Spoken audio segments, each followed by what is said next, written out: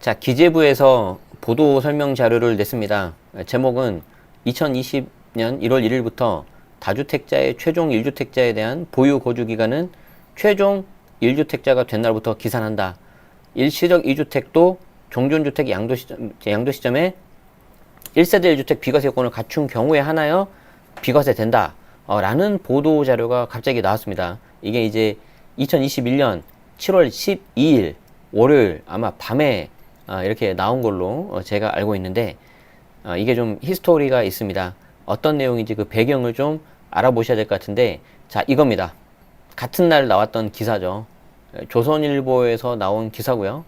여기 보시면 2021년 7월 11일 이렇게 나왔던 기사입니다. 자, 이 기사에 대해서 기재부에서 어떤 보도 설명 자료, 약간 반박 자료가 나온 거예요. 그럼 어떻게 되겠습니까? 보충 설명을 하는 게 아니라 반대 내용으로 말을 하겠죠. 자, 그러면은 그래서 요 내용을 먼저 아셔야 되겠죠. 많이들 보셨을 거라고 생각되기 때문에 핵심되는 내용으로 빨리 보도록 하겠습니다.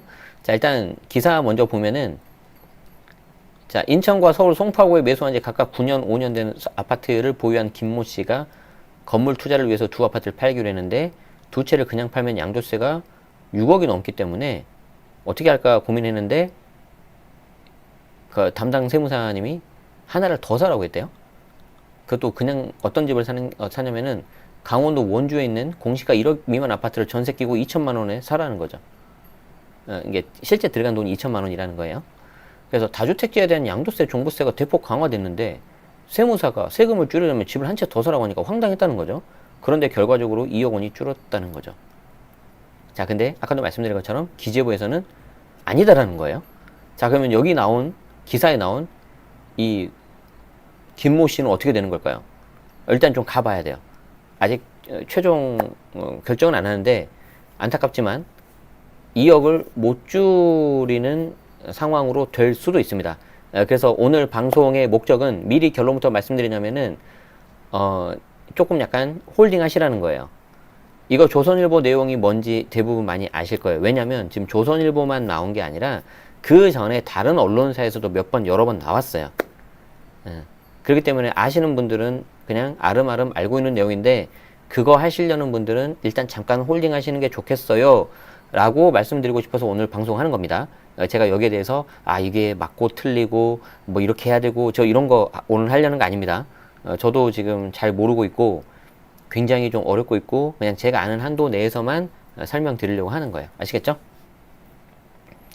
다주택자들이 양도세를 줄이기 위해서 저가주택을 추가 매수하는 역설적인 상황이 벌어지고 있는데, 다주택자 규제가 심해지자 등장한 신종 절세법이라는 거예요. 부동산 전문가들은 최근 비규제 지역을 중심으로 공시가격 1억 미만 아파트 거래가 급증한 것도 이런 이런 배경과 관련이 있다고 보는데, 고정환 한국자산관리원장은 다주택자 양도세 규제의 불똥이 엉뚱하게 다른 곳에 튀어서 서민 보금자리 중에 하나인 저가아파트 시장을 투기판으로 변질시켰다고 이제 말하고 있는 거죠. 자, 그럼 어떻게 이게 되는 거냐? 자, 양도세 중과 대상 다주택자인 김 씨가 2억 절세를 하게 된 비밀은 일시적 2주택 특례에 있다는 거죠. 현 시세를 기준으로 김 씨가 보유한 아파트의 양도세액은 인천이 4억, 서울 아파트가 13억인데 이들을 그냥 처분하면 2억 2천, 3억 9천 양도세를 내야 된다. 인천 아파트를 팔고 나서 2년을 기다렸다가 서울 아파트를 팔면은 일부 비과세를 적용받을 수도 있는데 2년이란 시간이 필요하잖아요. 그런데 2년이란 시간이 너무 기니까 지금 다른 걸 사고 싶으니까 작은 아파트, 원주 아파트를 하나 사라. 그렇게 해가지고 줄였다는 거예요. 이게 뭔가 그림이 있었던 것 같은데, 그렇지, 이게 있었지. 자, 그래서 기존의 A 아파트를 차례로 팔면은 6억 정도가 들어가는데, 비규제 지역에서 이렇게 하나를 더 사가지고 취득세까지 한다고 하더라도 4억 3천, 한 2억 가까이 세이브가 됐다는 겁니다. 아니, 도대체 이게 말이 되냐? 도대체 이게 말이 되냐? 이제 그림이 나오네. 자, 그러면은 이 경우 3주택자가 된 김 씨는 인천 아파트 팔 때 양도세 3, 4천만 원 정도만 더 내고, 일시적 2주택자가 돼서 서울 아파트 팔 때 매도 금액 9억까지는 비과세 혜택을 받고, 2천만 원 들여 사는 원주 아파트가 혹시라도 만약에 또 집값이 올라버리면은 여기서는 또 이렇게 추가 이익도 챙길 수가 있고, 여기에 대해서 이제 우병탁 팀장님은 현행법을 놓고 보면 이런 식의 절세를 불법이라고 보긴 힘들다. 불법이라고 보기는. 그러니까 이게 다 이게 아름아름 알고 있다는 거죠. 정부 입장에선 다주택자의 꼼수 절세를 막기 위해서 공시가 1억이 아파트 거래에서 규제를 가할 경우 서민 실수요자에게 불이익이 발생할 수 있어서 난감한 상황이다. 자, 기재부는 이 경우 서울 아파트의 보유기간 기점을 취득일이 아닌 인천 아파트의 매도 시점 이후로 하는 유권 해석을 내놨다며, 아, 이거 기사 수정했구나. 기사 수정했구나. 올해부터는 이런 방법을 이용하면 서울 아파트 매도 시 과세 대상이 된다는 입장이다. 지금 이제 조선일보에서도 이제 좀 기사가 나가고 나서 기재부에서 바로 이제 약간 이례적이거든요. 당일날 바로 나온 게. 그렇기 때문에 이제 사태가 심각하다는 걸 인지한 것 같아요. 그래서 이게 그 관련된 내용을 지금 전달을 했고 수정을 했고, 하지만 이제 보유기간 계산 관련 조문에 일시적 2주택은 제외한다는 내용이 있기 때문에 이걸 해석해야 한다는 지적도 있다는 거죠. 제가 이제 이 말씀 드리려고 하는 거예요. 자, 그래서 기재부의 유권 해석을 두고 소송 등이 진행될 경우 이에 대한 다툼이 생길 수 있다는 뜻이다. 자, 그래서 오늘 이게 핵심입니다. 자, 그 밑에 내용은 1억 이하짜리를 많이 산다 그 내용이니까 이건 패스하도록 하고요. 자, 이거 제가 좀 설명 좀 드려보도록 할게요. 도대체 이게 무슨 말이냐? 어떻게 이게 가능한 거냐? 자, 여러분들에게 설명을 드리기 위해서 오늘 또 아이패드를 이렇게 가져왔습니다. 자, 이 김모 씨 사례를 보도록 할까요, 이게?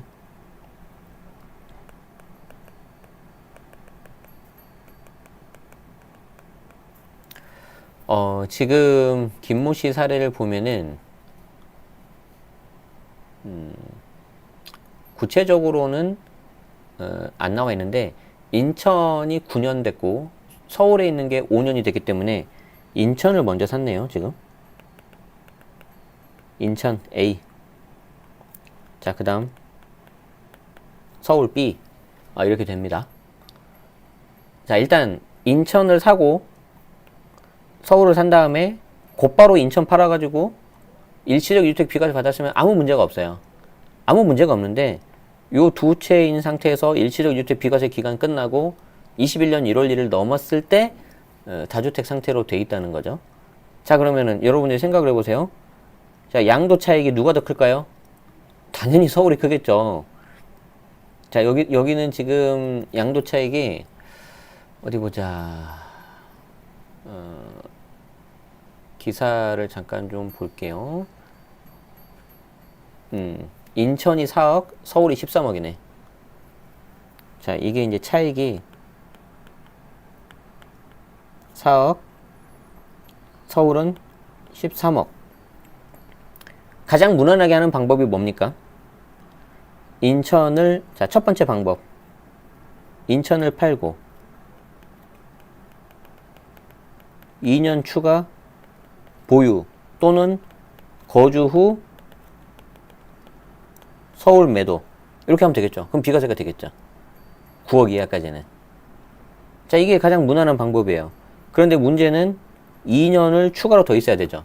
근데 지금 이 사람은 인천 아파트, 서울 아파트 팔고 뭐 상가 건물 하나 사고 싶으신가 봐요. 그러니까 2년을 못 기다리겠다는 거죠. 자, 그러니까 이제 이때 나온 방법이 이겁니다. 2번 방법. 잘 보세요. 1억 이하 저가주택 매수. 그게 이제 원주가 나오는 거죠, 지금. 원주 C가 나오는 거죠. 자, 그리고 나서 잘 봐요.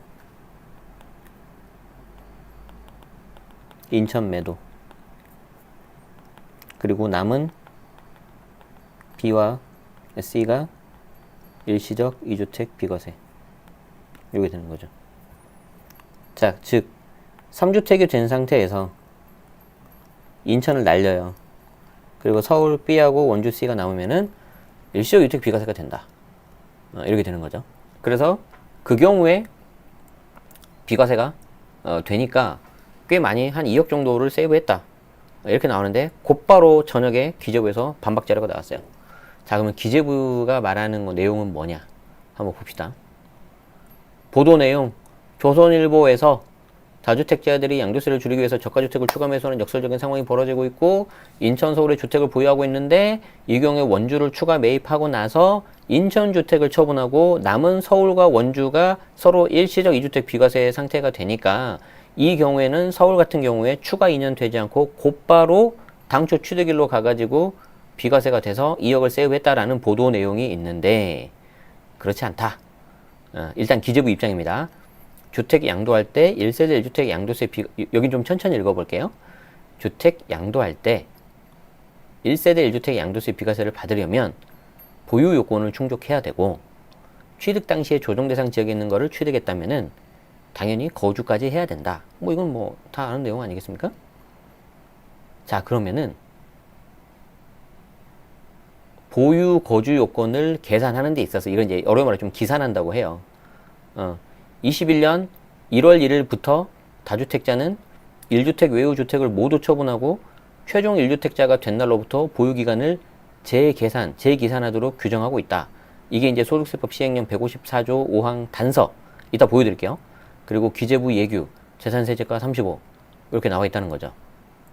자, 그러면은 이 내용을 바탕으로 했을 때, 자, 기사의 사례와 같이 21년 1월 1일 현재 인천, 서울의 주택을 보유하고 있는 다주택자가 원주의 주택을 추가 매입하고 인천 주택을 처분하면 서울과 원주 주택 간 일시적 2주택 규정이 돼서 서울주택의 양도에 대해서 1세대 1주택 비과세가 적용되기 위해서는 서울주택이 1세대 1주택 보유기가 요건을 충족해야 되고 21년 1월 1일 현재 다주택자인 기사 사례의 경우 서울주택의 보유 거주기간 기산 시점은 인천주택을 매도해서 1주택자가 된 시점부터다. 그래서 인천주택을 매도한 날로부터 2년간 보유 거주해야 서울주택이 1세대 1주택 비과세 요건을 충족한다. 라는 거예요. 그 결과 원주 주택을 추가 매입하더라도 양도소득세와 관련된 혜택은 없다라는 거죠. 이거 이해되십니까?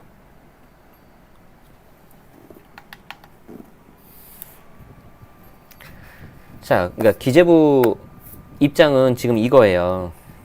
기재부 입장은 뭐냐면, 자, 당신이 2주택 상태에서 원주를 이렇게 하나 사지 않았냐. 자, 그리고 나서 인천을 이렇게 날렸다. 자, 그리고 나서 서울하고 B하고 C가 일시적 2주택 비과세가 되니까 여기에 대해서 좀 곧바로 취득일로부터 계산해가지고 비과세 판단을 했는데 그렇지 않다.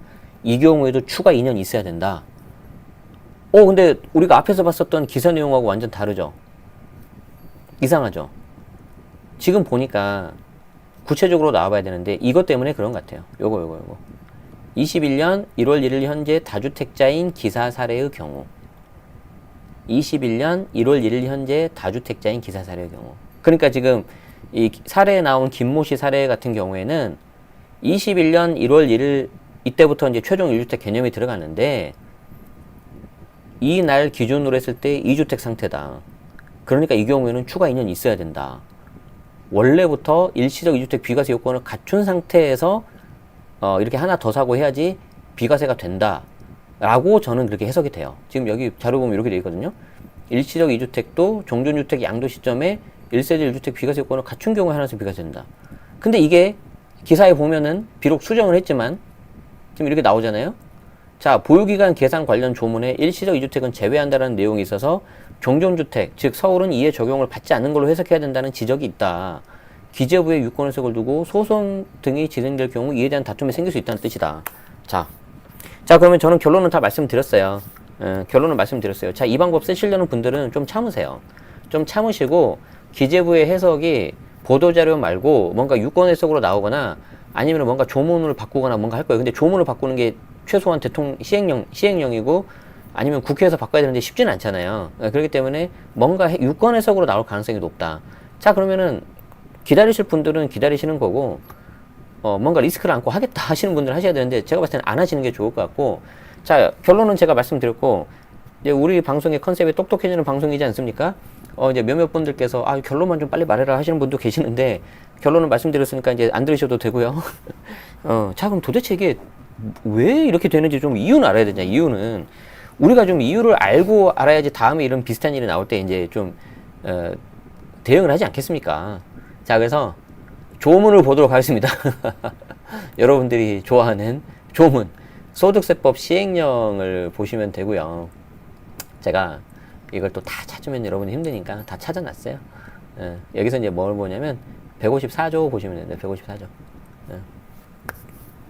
154조에서 보셔야 되는 게 이제 1세대 1주택 범위인데 여기 1항이 있고요. 요걸 이제 항이라고 하거든요. 요 동그라미로 되어 있는 거를 좀 작아서 잘 안 보이실 것 같은데 요걸 항이라고 해요. 그리고 이제 1항하고요. 여기 밑에 있는 5항을 보셔야 합니다. 5항. 근데 제가 간략히만 좀 일단 말씀드려볼게요. 자, 보세요. 일단 좀 보기 힘들 겁니다. 글자가 작아서. 자, 1세대 1주택의 범위 1항 89조 제1항 제3호 과목에서 뭐 좀 지금 집중해서 좀 보려고 하는데 갑자기 처음부터 무슨 막 이상한 말이 나오네. 이제 이런 게 어려운 거죠. 이런 게 이렇게 이제 눌러보면은 이렇게 팝업이 떠요. 89조 1항 제3호 과목, 즉 89조 1항 비과세 양도소득에 관련된 내용이구나 라고 이제 눌러보시면 되는데 그냥 넘어가세요.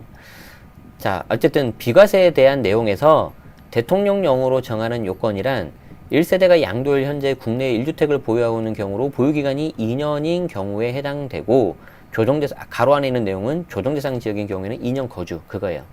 뭐 이런 건 우리가 다 알고 있는 거죠. 그쵸? 그래서 뭐 그냥 넘어가도 돼요.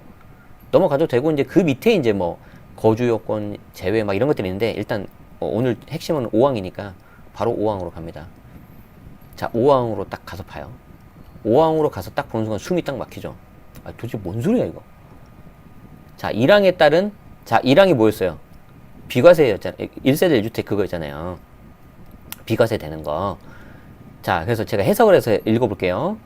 비과세 판단을 하는 데 있어서 보유기간의 계산은 95조 제4항에 따르는데, 이게 이제 취득일부터 양도일까지 한다는 거예요. 자, 그래서 보유기간에 계산하는 거는 취득일부터 양도일까지로 따른다. 이게 우리가 알고 있던 거였죠. 그런데 여기 다만 해가지고 뒤에 이제 이게 엄청나게 생긴 겁니다. 이게 이슈가 된 겁니다. 자, 다만 2주택 이상. 자, 그리고 가로로 돼 있죠. 가로 일단 패스하세요. 다만 2주택 이상을 보유한, 여기까지. 다만 2주택 이상을 보유한 1세대가 1주택 외의 주택을 모두 처분한 경우에는 처분 후 1주택을 보유하게 된 날로부터 보유기간을 기산한다.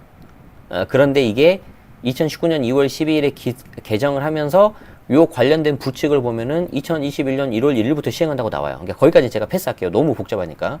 자, 그럼 무슨 말이에요? 자, 비과세 판단을 하는 데 있어서 보유기간의 계산은 취득일부터 양도일까지로 하는데, 2주택 이상인 경우에는 다 처분하고 남은 주택 하나로 된 날로부터 보유기간을 새롭게 계산한다. 이게 추가 2년 하라는 거잖아요. 또는 추가 2년 거주하라는 거고. 자, 여기까지 따라왔어요? 분위기 안 좋은데? 여기 근데 이제 이 기사를 이해하시려면 요 가로 안의 내용을 봐야 돼. 가로 안의 내용을. 요거. 자, 2주택 이상인 경우에서 다주택 상태에서 1주택으로 되면 추가 2년 해라라는 내용이 아까 제가 설명드린 내용이었는데, 다만 155조부터 156조의 3에 따라서, 아무튼 뭔지 모르겠는데 155조의 2, 156조의 2, 156조의 3, 뭔지는 모르겠는데 요거에 따라서 일시적으로 2주택에 해당하는 경우라면은 해당 2주택은 제외한대요. 자, 제외한다는 거니까 추가 2년 하라는 거야, 하지 말라는 거예요?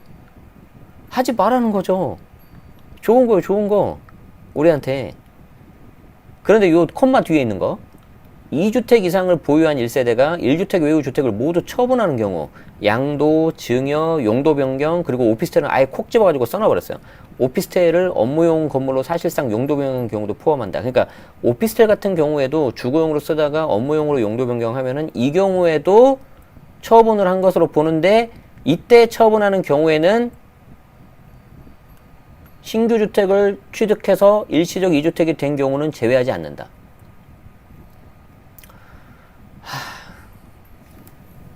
제가 여러분들이 너무 힘들 것 같아서 제가 정리를 해왔어요. 이걸 봅시다. 이걸 봐야 돼.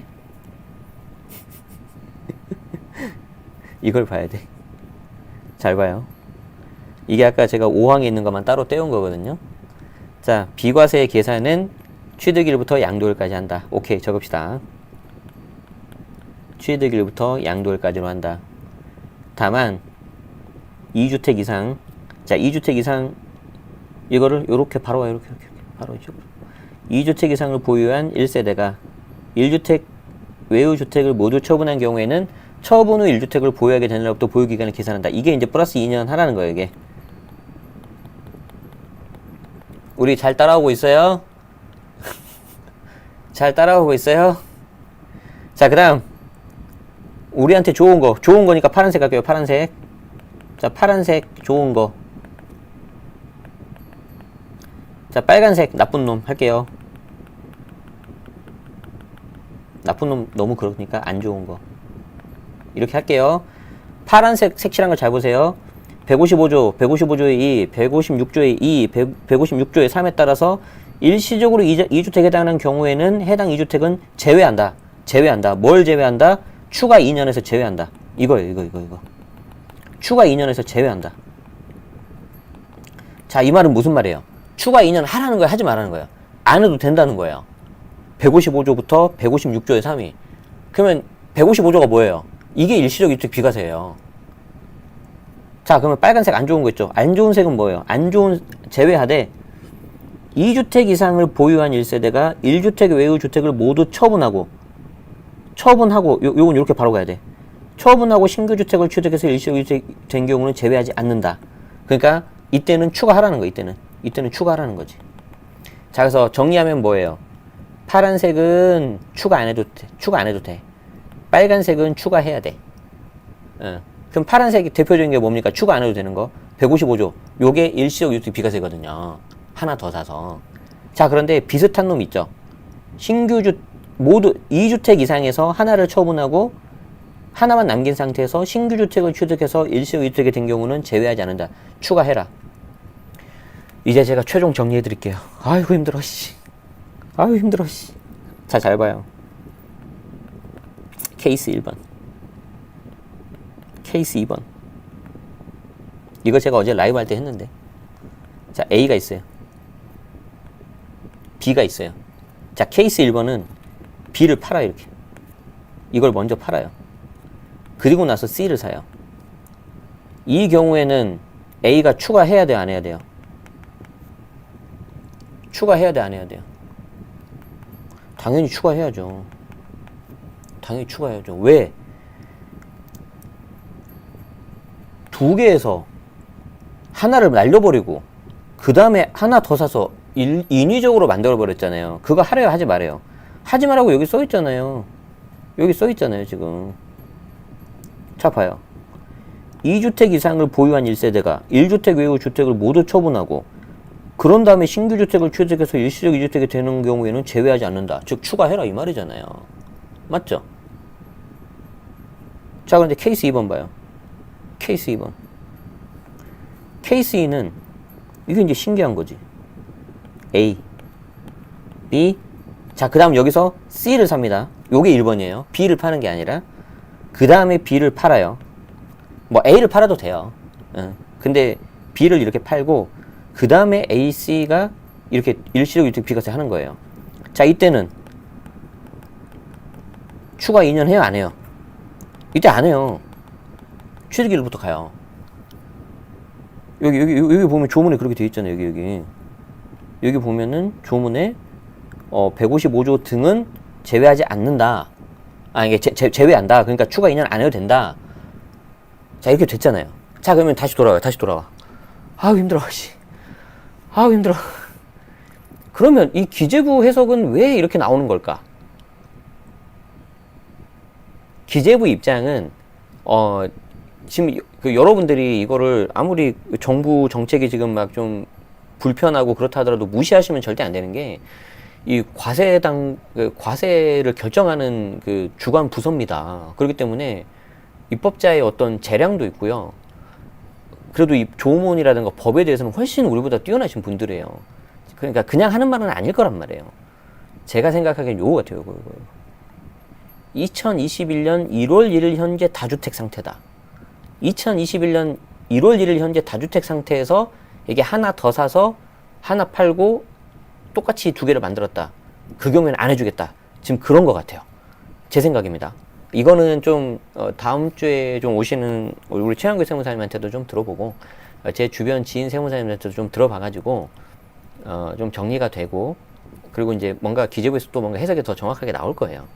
그렇기 때문에 그거를 좀 조심하시는 게 좋을 것 같고요. 요렇게 봐야 되지 않나라고 생각이 드는 게 요겁니다. 제가 이제 원래 제가 강의 교재를 제가 오픈하진 않는데 여기 보시면은 이제 작년 2월 달에 나왔던 쟁점 7가지죠. 여기 보면은 A, B, C를 사요. A, B, C 3주택이에요, 3주택. 근데 3주택에서 C를 팝니다. 그럼 당연히 이게 과세잖아요. 근데 남아있는 게 A하고 B가 일시적주택 비과세가 돼요. 그러면 이때는 취득일로부터 여기 당해주택 취득일로부터 계산해가지고 비과세가 된다는 거예요. 이렇게 해석이 나왔어요. 이렇게 해석이 나왔기 때문에 이 경우에도 되겠다라고 했는데 한 가지 이슈가 있어. 한 가지 이슈가. 지금 여기 날짜 봐요. A, B, C가 전부 다 2021년 1월 1일 시행되기 전에 취득한 거죠. 설마 아니 설마 취득일까지 그럼 따져가지고 케이스가 달라지는 거냐? 근데 그렇게 말씀하신 분들 계셨어요. 대표적으로 저희 그 명사초청 특강 나오셨던 최영규 세무사님도 그렇게 말씀하셨었고, 그래서 굉장히 좀 조심해야 되겠다라고 말씀하셨었고, 저도 거기에 좀 동의를 좀 했었고, 그래서 일부러 저는 우리 절친분들은 아시겠지만 유튜브나 이런 것 때는 제가 안 썼죠. 그런 거에 대해서. 왜냐하면 저도 뭐 틀리면은 여러분들한테 피해가 가니까 안 되고, 설령 맞는다 하더라도 야 이건 좀 그런데 왜 그러냐면 보세요. 여기 지금 보시면 이 케이스 1번하고 케이스 2번이 뭐가 달라요? 똑같은 거 아니에요? A에서 B를 먼저 팔아버리고 하나 더 사가지고 이렇게 두 개 만드나, 두 개 있는 상태에서 하나 더 사가지고 이걸 팔아가지고 두 개를 만드나, 이거 똑같은 거예요. 제가 봤을 때는. 그러니까 이런 경우에는 법을 해석하고 집행하는 과세당 그 입장에서 한번 볼 필요가 있다는 거예요. 그러면은 좀 괘씸하잖아요. 그러면 이거를 굳이 막 이렇게 막 오픈까지 해가지고 하기에는 조금 그러지 않았나 제 생각에. 그래서 저는 뭐 그런 부분도 있고, 제가 어떤 세무 대리인은 아니기 때문에 제가 거기서 했는데 또 혹시라도 그걸 해가지고 여러분들이 피해를 보시면 안 되지 않습니까? 그래서 이제 말씀을 안 드린 거죠. 그냥 아름아름 이제 정규 수강생 분들한테만 좀 하고 우리 절친분들한테만 조금 말씀드리고 구두상으로 하고 그랬었어요. 근데 아까도 말씀드린 것처럼 최근에 이제 다른 언론사에서도 이미 이 내용이 나왔고요. 그래서 이제 그거는 근데 이제 어떤 특정 경제 언론사였어요. 그러니까 이제 그래도 상대적으로 좀 덜 보겠지 하고 그냥 그런가 보다 했는데, 조선일보에 어제 나온 걸 보고 약간 좀 뜨아했어요. 와, 이거 대부분 사람들이 많이 보는 건데 그냥 일반적인 중앙지인데 야 이거 좀 그렇다, 이제 막히겠다 했는데 이 아주 이례적으로 당일날 바로 나왔다는 거는 저는 개인적으로는 지금 이 과세당국의 의지가 좀 있는 거 아니냐 라는 생각이 좀 들고요. 만약에 이걸 가서 소송으로 갈 수도 있습니다. 아까 우리 봤지만 조문상으로는 그냥 거의 되는 것처럼 보이지 않습니까? 여기 이제 기사에서도 아니 조문으로 이거 제외한다는 내용이 있기 때문에 적용받지 않는 걸로 해석해야 된다. 그래서 이거 소송 등이 진행될 수도 있다라고 하는 건데, 소송을 가서 뭐 물론 이길 수도 있겠죠. 그런데 저는 그런 경우에는 좀 약간 상처뿐인 영광이라고 저는 생각을 해요. 그렇기 때문에 일단은 아까도 말씀드린 것처럼 결론은 잠깐 홀딩하자. 그리고 좀 더 명확하게 해석이 나오면 그때 해보자. 그게 맞지 않을까 싶습니다. 안타깝습니다. 이렇게 너무 복잡하고 너무 어렵고 왜 이렇게까지 왔을까 생각을 해보면은 계속해서 예외 이렇게 두다 보니까 이렇게 나오는 것 같아요. 아무리 이거 법을 만드는 입법을 하는 사람들도 여기에 대해서 좀 잘 알고 하지만 사람이다 보니까 실수할 수도 있지 않겠습니까? 고려해야 되는 사항이 너무 많고요. 저는 이 약간 어떻게 보면 중간자 입장에서 또 투자도 하고 또 이렇게 세무 대리인분들, 공무원분들 이렇게 만나서 들어보면은 일반적인 사람들 수준에서 생각하는 그게 있어요. 그 집을 사는 데 있어서, 투자를 하는 데 있어서. 근데 이쪽 투자를 하는 사람들 입장에서 보면은요, 정말 별의별 그 아이디어가 나와요. 그게 이제 법을 어기면 이제 탈세가 되는 건데, 어떻게든 이거를 막 합법적인 방법에서 이게 되냐 안 되냐 막 물어보시는 분들이 있거든요. 처음에는 저도 와 이렇게까지 했는데 막 그게 정말 어떤 경우에는 막 틈새가 되는 경우도 있어요. 그러니까 그런 상황이 처음에는 이게 좁았는데 뒤로 가면서 점점 벌어지면서 이게 우리가 이제 임대차 3법도 예상하지 못한 막 그런 문제들이 터지잖아요. 이것도 마찬가지라고 저는 생각을 해요. 그래서 모든 법은 완벽할 수 없다. 사람 나고 법이 났지 법 나고 사람 났습니까? 그렇죠? 그래서 조금 상식에 좀 더 맞고 예측 가능하고 누가 좀 보더라도 좀 이렇게 좀 쉽게 이해할 수 있고 좀 그런 식으로 좀 되면 좋겠습니다. 그래서 이게 한번 꼬이기 시작하더니 이걸 꼬이는 거를 저도 설명하고 강의하는 것도 어렵지만 나중에 이걸 또 꼬인 거 풀어야 되잖아요. 언젠가는 계속해서 집값이 한 장씩 올라갈 수 있지는 않아요. 그때도 어떻게 할지 저는 굉장히 걱정입니다. 그래서 아마 지금 이미 이렇게 해서 신고가 들어가신 분들은 일단 그 신고해주신 그 신고 대행해주신 세무사님하고 좀 빨리 작전을 좀 짜시는 게 좋을 것 같고요. 혹시 이렇게 하시려는 분들은 거듭 말씀드리지만 약간 좀 홀딩하면 좋겠다. 그리고 여기에 대해서 좀 더 이렇게 알아보고 싶고 좀 이렇게 더 다양한 이야기 듣고 싶으면은 저희 다음 주에도 멤버십 특강에서 아마 우리 최영규 세무사님께서 좀 몇 말씀 해주실 것 같아요.